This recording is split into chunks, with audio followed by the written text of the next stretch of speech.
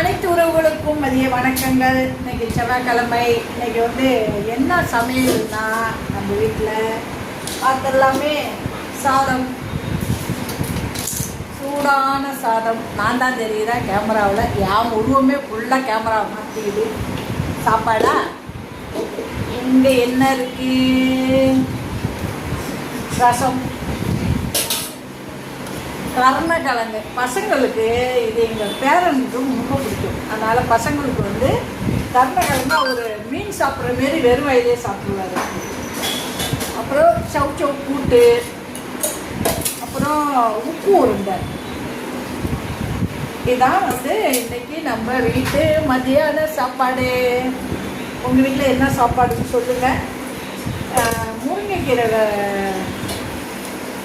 கூட்டு உள்ளே இருக்குது. இன்றைக்கி முருங்கைக்கீரை கூட்டும் சேர்ந்து தான். இந்த காற்று லைட்டாக அடிச்சதுல நம்ம முருங்கை கிழவை 2-3 உடச்சிக்கிச்சு. அதையே வேஸ்ட் பண்ணலான்னு சொல்லிட்டு அதை அப்படியே ஒரு கூட்டாக வச்சாச்சு. உங்கள் வீட்டில் என்ன சாப்பாடு?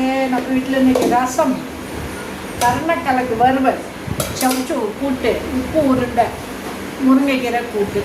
வாங்க சாப்பிடலாம். நீங்கள் என்ன சாப்பாடுன்னு சொல்லுங்கள், கமெண்ட் பாக்ஸில் சொல்லுங்கள். நம்ம வீட்டு சாப்பாடு பிடிச்சிருந்துச்சின்னா லைக் பண்ணுங்கள், கமெண்ட் பண்ணுங்கள், ஷேர் பண்ணுங்கள், சப்போர்ட் பண்ணுங்கள். நான் சாப்பிட போகிறேன். பசிக்குது.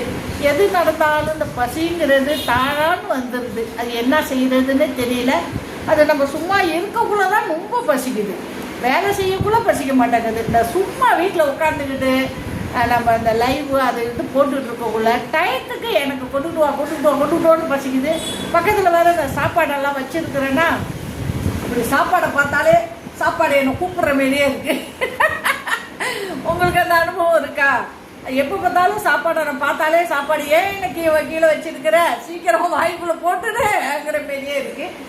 உங்களுக்கு அந்த அனுபவம் இருந்தால் சொல்லுங்கள். பிடிச்சிருந்தா லைக் பண்ணுங்கள், கமெண்ட் பண்ணுங்கள், ஷேர் பண்ணுங்கள். பாய் உறவுகளே.